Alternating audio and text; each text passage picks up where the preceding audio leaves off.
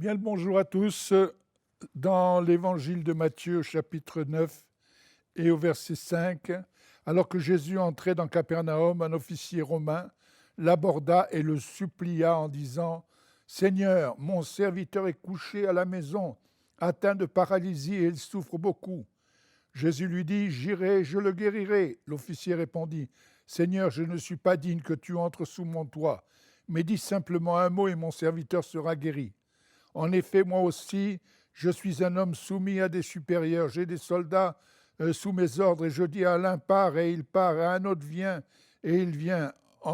Et mon esclave fait ceci et il le fait. » Après l'avoir entendu, Jésus fut dans l'admiration et il dit à ceux qui le suivaient : « Je vous le dis en vérité, même en Israël, je n'ai pas trouvé une aussi grande foi. Or, je vous le déclare, beaucoup viendront de l'Est et de l'Ouest et seront à table avec Abraham, Isaac et Jacob dans le royaume des cieux. Mais ceux à qui le royaume est destiné seront jetés dans les ténèbres extérieures où il y aura des pleurs et des grincements de dents. » Puis Jésus dit à l'officier : « Vas-y, sois traité conformément à ta foi. » Et au moment même, le serviteur fut guéri. C'est un des deux passages des évangiles où Jésus parle d'une grande foi. Il y avait des gens de foi normale, des gens de petite foi, et là, il parle de grande foi en deux occasions. Et nous allons voir pourquoi. Cet homme est un officier romain. Donc, Rome, la Palestine est sous l'occupation romaine. Et cet homme est un homme humble. Il vient vers Jésus qui descend de la montagne des Béatitudes. Il vient vers Jésus et lui confie le cas d'un de ses serviteurs. D'autres versions disent que c'était un fils, enfin peu importe. Il vient et il dit, voilà, il est paralysé, il souffre beaucoup. Et Jésus lui dit, j'irai, je le guérirai. Là, le centenier dit à Jésus, non, c'est pas tu le guériras, j'aimerais simplement, je te demande même pas de venir, ne viens pas chez moi, parce que je ne me sens pas digne de te recevoir dans ma maison. Mais dis simplement un mot et mon serviteur sera guéri. Et il dit, quand je parle de dire un mot, je sais de quoi je parle, parce que moi, qui suis centenier, j'ai des supérieurs et je leur obéis au doigt et à l'œil. Par contre, j'ai des subalternes et ils m'obéissent au doigt et à l'œil. Lorsqu'on a fait le service militaire, on nous dit, pour savoir commander, il faut d'abord savoir obéir. Cet homme, ce militaire, sait de quoi il parle. Et il sait que Jésus est rempli de la puissance de Dieu et qu'il est capable de guérir son enfant.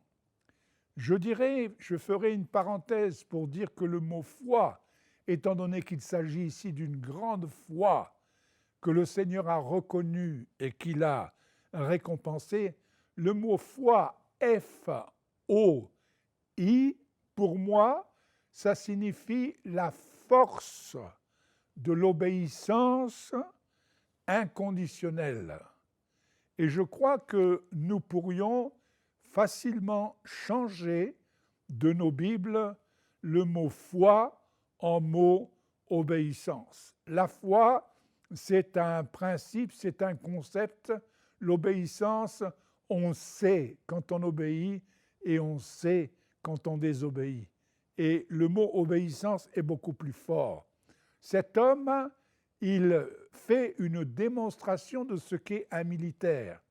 Le militaire a des supérieurs, il obéit, il ne pose jamais de questions. Il obéit, on lui demande d'aller là, il y va, on lui demande de faire ceci, il le fait. Par contre, aux subalternes, il leur demande également, il leur donne des ordres. Alors, ce que le centenier dit à Jésus, c'est « dis simplement un ordre, toi qui es, comme je le crois, une sommité dans le royaume de Dieu. Donne simplement un ordre et mon serviteur sera guéri. Et le Seigneur Jésus s'extasie devant cette foi. Il le dit autour de lui, à ses disciples, il le dit à tous ceux qui veulent l'entendre. Il dit, cet homme est un homme extraordinaire. Il a une grande foi. Qu'il te soit fait selon ta foi. J'aimerais aujourd'hui, mes amis, que vous puissiez vous souvenir de ce mot foi, la force de l'obéissance inconditionnelle.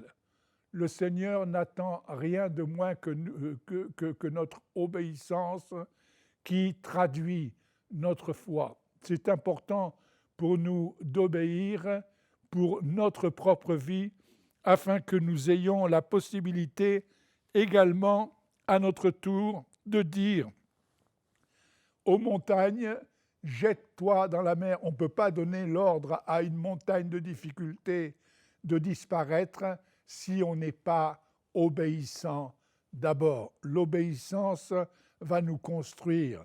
L'obéissance va nous approcher de Dieu.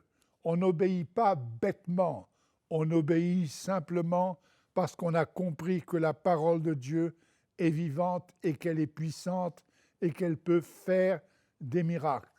Que le Seigneur nous encourage et qu'il nous bénisse et qu'il nous aide à poursuivre la méditation de ce message sur la foi afin que nous puissions réaliser de plus en plus l'obéissance dans notre cœur, l'obéissance dans notre vie et que nous puissions ainsi bénéficier de toutes les grâces que Dieu a préparées pour nous. Au revoir.